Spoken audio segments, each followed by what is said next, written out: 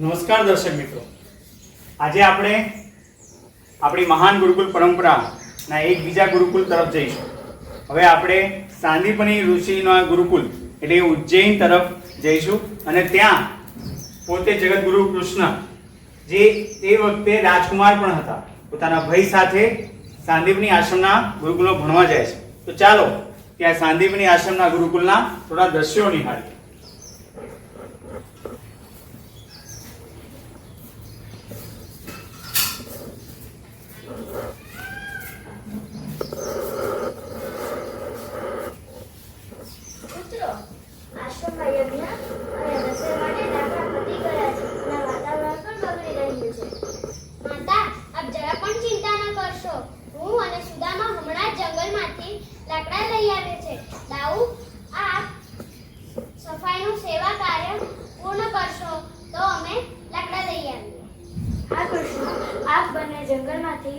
યજ્ઞ અને અન્નપૂર્ણા માટે લાકડા લઈ આવો. રાત પડતા પહેલા આવી જજો. કૃષ્ણ અને સુદામા બંને અહીં આવો.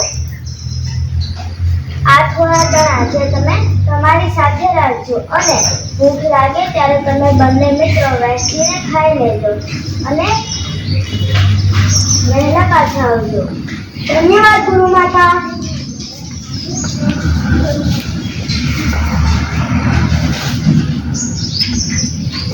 કૃષ્ણ અને સુદામા જંગલમાં જાય છે. અચાનક આકાશમાં વાદળો ઘેરાય છે, વીજળી કડકે છે અને ભારે વરસાદ શરૂ થઈ જાય છે. બહુ ભારે વરસાદ છે. આ વરસાદના પછી આવેલા પાણીના પ્રવાહના કારણે રસ્તો પણ સરખો દેખાતો નથી. આ સમયે આપણે કોઈ મોટા વૃક્ષ પર જ આશરો લેવો પડશે. હા મિત્ર સુદામા, પણ ગુરુ માતા યાદ રહે, ગુરુ માતાએ સોંપેલું કાર્ય કોઈ પણ મુશ્કેલીમાં પૂર્ણ કરવું એ જ સાચો શિષ્ય ધર્મ છે. ભલે આપણા પ્રાણ જાય પણ યજ્ઞના લાકડા ન સુકાવા જોઈએ.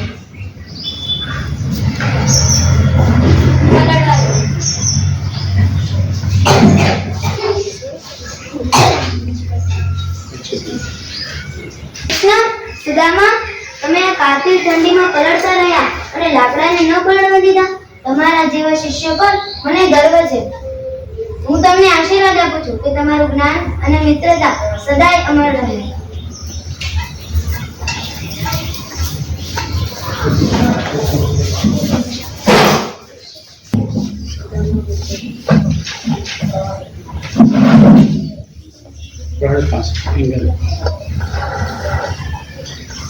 આમ કૃષ્ણ અને બલરામના 64 દિવસ ગુરુકુલમાં વીતે છે અને આજે તેમના ગુરુકુલનો અંતિમ દિવસ એટલે કે વિદાય દિવસ.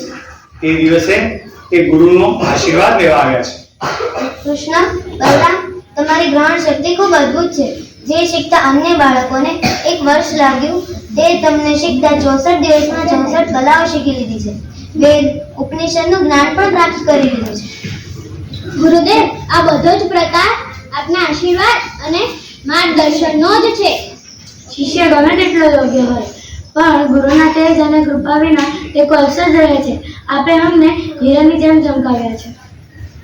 સત્ય કહ્યું ભ્રાતા બલરામ અને મિત્ર કૃષ્ણએ. તમે રાજકુમાર હોવા છતાં એનું જરાય અભિમાન નથી.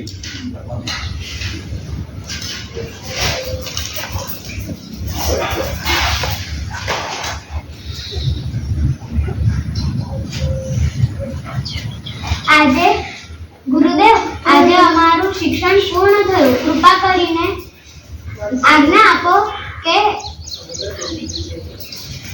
ગુરુ દક્ષિણામાં આપને શું અર્પણ કરીએ? કૃષ્ણ, હું જાણું છું કે તમે સ્વયં નારાયણ છો. તમારી પાસે મારે શું માંગવું? મારે કંઈ જ જોઈતું નથી. પણ મારે જોઈએ છે. જો કૃષ્ણ, તું ખરેખર આપવા માંગતો હો તો વર્ષો પહેલાના પ્રભા ક્ષેત્રના સમુદ્રમાં ડૂબી ગયેલા એકમાત્ર મૃત પુત્ર પુનરંત મને પાછી લાવ્યો. એક માતાની આ જ માંગ છે. માતા, આપના આંસુ લૂછી નાખો. આપની આજ્ઞાનું પાલન કરવા હું યમરાજ સાથે યુદ્ધ કરવા તૈયાર વચન છે. દર્શક મિત્રો, ત્યાર પછી શંખાસુર નામનો દૈત્ય બલરામ અને કૃષ્ણ સાથે તેનું યુદ્ધ થાય છે. કૃષ્ણ અને બલરામ પ્રભાસથી ક્ષેત્રના સમુદ્રમાં ગયા છે. પંચજન્ય નામના શંખાસુર દૈત્યનો ત્યાં વધ કરે છે. અને તમને ખ્યાલ છે, તેમાંથી તો કૃષ્ણ ભગવાનનો 5 જન્ય શંખ મળ્યો.